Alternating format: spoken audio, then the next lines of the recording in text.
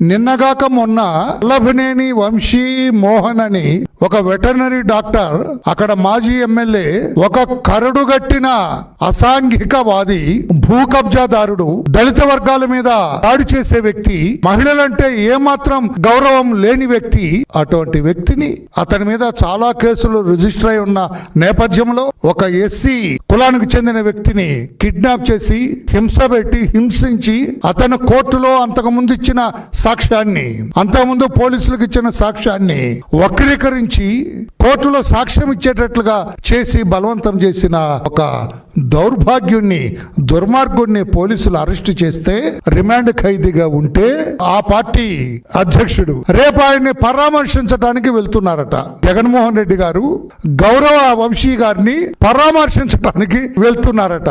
ఎంత అనుబంధమయ్యా మీ ఇద్దరికి జగన్మోహన్ రెడ్డి గారు, ఎంత అనుబంధమయ్యా. ఒక ముద్దాయిని చూడటానికి మీరు చూపిస్తున్న తపన, మీరు చూపిస్తున్న ప్రేమ ఎందుకో రాష్ట్ర ప్రజలకు కూడా తెలియాలి.